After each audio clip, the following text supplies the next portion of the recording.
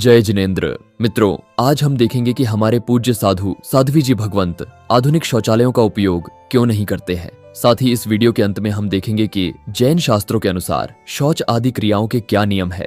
मित्रों, ऐसा वीडियो पूरे YouTube पर कहीं नहीं मिलेगा। श्वेतांबर से लेकर दिगंबर तक सभी पंथों के जैन साधु साध्वी जी के द्वारा उपयोग नहीं किए जाने वाले शौचालय से संबंधित नियमों की संपूर्ण जानकारी हेतु यह वीडियो पूरा अंत तक अवश्य देखिए। साथ ही कमेंट्स में अपने विचार भी जरूर लिखें। अधिकांश लोगों के मन में जिज्ञासावश प्रश्न उठता है कि आज के इस मॉडर्न युग में भी जैन साधु साध्वी जी भगवंत वॉशरूम का उपयोग क्यों नहीं करते हैं। हालांकि जो जैन है वह तो इस प्रश्न का उत्तर जानते ही होंगे, किंतु फिर भी जिन्हें नहीं पता है उन्हें यह वीडियो देखकर आज पता चल जाएगा। मित्रों, जैन धर्म एक प्राचीन और वैज्ञानिक धर्म है। जैन धर्म में अहिंसा और जीव दया को सर्वोच्च प्राथमिकता दी गई है। इसी कारण से जैन शास्त्रों में श्रमण जीवन अर्थात साधु साध्वी जी भगवंतों के जीवन की दैनिक जीवन की क्रियाओं के बारे में विस्तृत रूप से नियम बताए गए हैं। किंतु आज हम इस वीडियो में संक्षिप्त और सरलता पूर्वक रूप में पूज्य साधु साध्वी जी द्वारा शौचालय का उपयोग नहीं करने के मुख्य कारण 3 महत्वपूर्ण बिंदुओं में आगे देखेंगे। मित्रों, यह तो आप जानते ही हैं कि जैन धर्म अनंत काल से चला आ रहा है और इसी के साथ जैन श्रमण परंपरा भी प्राचीन काल से चली आ रही है। इसी को देखते हुए कुछ लोग सोचते हैं कि प्राचीन समय में साधु साध्वी जी भगवंत जंगलों में विचरण करते थे और उस समय शौचालय नहीं होते थे, इसीलिए वह आज भी उस पुरानी परंपरा को मानकर शौचालय का उपयोग नहीं करते हैं। साथ ही कुछ लोग तो आधुनिकता का प्रमाण देकर यहाँ तक कह देते हैं कि अब तो मॉडर्न जमाना आ गया है। इसे देखते हुए साधु साध्वी जी भगवंतों को भी शौचालय का उपयोग चालू कर देना चाहिए। मित्रों, जो भी आधुनिकता का हवाला देकर ऐसी धर्म विरुद्ध बातें करते हैं उन्हें इसी वीडियो में उनका जवाब भी मिल जाएगा। पॉइंट नंबर 1, शौचालय में एक बार जाने में कम से कम 1 या 2 बाल्टी पानी का तो उपयोग हो ही जाता है। मात्र एक बार फ्लश करने से ही बहुत सारा पानी चला जाता है। फ्लश किया हुआ यह सारा पानी अनछना अर्थात बिना छाना हुआ होता है, क्योंकि फ्लश के अंदर स्टोर होने वाले पानी को छानने के लिए कपड़ा नहीं लग सकता है।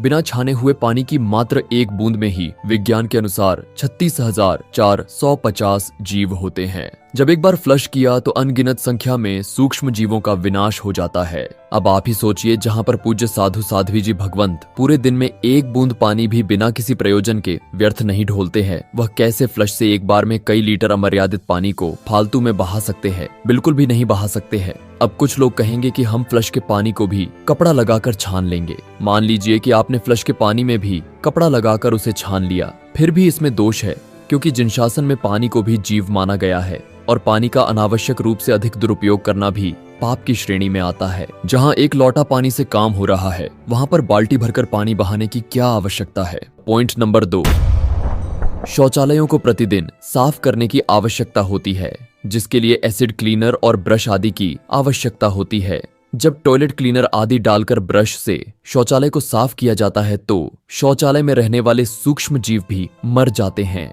ऐसी हिंसा से बचने के लिए भी पूज्य साधु साध्वी जी भगवंत इस आधुनिक युग में भी शौचालय का उपयोग नहीं करते हैं। साथ ही शौचालय में हमेशा गंदगी और कीटाणु रहते हैं, जिस कारण से शौचालय में जाने पर उनकी पवित्रता एवं तपस्या पर विपरीत प्रभाव पड़ता है। धन्य है हमारे श्री जिनेंद्र परमात्मा, जिन्होंने आज से अनंत वर्षों पहले ही शास्त्रों में यह सब व्याख्या कर दी थी। पॉइंट नंबर 3, मित्रों, पूज्य साधु साध्वी जी द्वारा आज के इस मॉडर्न युग में भी शौचालय का उपयोग नहीं करने की एक बड़ी वजह है शौचालय का सेप्टिक टैंक। अब आप कहेंगे कि सेप्टिक टैंक से कैसे हिंसा हो सकती है। आपको बता दें कि सबसे ज्यादा हिंसा का दोष शौचालय का अपशिष्ट संग्रह करने वाले सेप्टिक टैंक में है। जब सेप्टिक टैंक में अपशिष्ट पदार्थ अर्थात मल मूत्र जमा होता है तो उसमें असंख्य सूक्ष्म जीव और छोटे छोटे कीड़े पैदा हो जाते हैं, जो प्रतिदिन जन्म मरण करते रहते हैं। जब सेप्टिक टैंक को खाली करवाया जाता है तब भी असंख्यात जीवों की हिंसा होती है। पूज्य साधु साध्वी जी सभी प्रकार की हिंसाओं से दूर रहते हैं, इसलिए वह शौचालय का उपयोग नहीं करते हैं। आज के युग में भी जैन साधु साध्वी जी भगवंत हजारों वर्षों से चली आ रही आगम की परंपरा का निर्वाहन करते हैं, जिससे किसी भी प्रकार के जीवों की विराधना नहीं हो। मित्रों, श्वेतांबर परंपरा एवं दिगंबर परंपरा दोनों में ही पूज्य साधु साध्वी जी भगवंतों के लिए टॉयलेट अर्थात शौचालय में जाना निषेध माना गया है। श्वेतांबर परंपरा में श्रमण श्रमणी भगवंत एकांत स्थान में बनाए गए साधु साध्वी जी के अलग अलग वाड़े में शौचादि क्रियाओं से निवृत्त होते हैं, अथवा जंगल में या किसी निर्जन स्थान पर जहां लोग आते जाते नहीं हो वहां पर भी शौचादि क्रियाओं से निवृत्त होते हैं। यदि किसी उपाश्रय से वाड़ा दूर होता है तब पूज्य साधु साध्वी जी स्वयं ही प्लास्टिक के ऐसे छोटे टब जैसे आकार के पोट में अपशिष्ट पदार्थों को ले जाकर ऐसी सुनसान जगह पर विसर्जित करते हैं जहां पर कोई जीव जंतु नहीं हो, जहां पर गीली मिट्टी नहीं हो, कच्चा पानी नहीं हो। इस अपशिष्ट विसर्जन की प्रक्रिया को परठना कहा जाता है। धूप और सूखी रेत के संपर्क में आने से अपशिष्ट पदार्थ धीरे धीरे सूखकर स्वतः ही नष्ट हो जाता है। ठीक इसी प्रकार से दिगंबर परंपरा में भी साधु साध्वी जी भगवंत किसी जंगल अथवा एकांत निर्जन स्थान पर जाकर मलमूत्र का विसर्जन करते हैं। मित्रों, यहाँ पर हमने वीडियो में संपूर्ण जानकारी देने का प्रयास किया है जिससे लोगों की भ्रांतियां दूर हो और जागरूकता आए। धन्य है हमारे पूजनीय साधु साध्वी जी भगवंत जो संयम जीवन के नियमों का उत्कृष्टता एवं दृढ़ता से पालन कर रहे हैं। मित्रों, यहाँ पर हमने कम शब्दों में इस वीडियो में संपूर्ण जानकारी देने का प्रयास किया है, किंतु फिर भी वीडियो बनाने में अज्ञानतावश कोई भूल अथवा त्रुटि हुई हो तो मिच्छामि दुक्कडम। पूज्य साधु साध्वी जी भगवंतों को वंदन। जिन शासन की जय जयकार। धन्यवाद।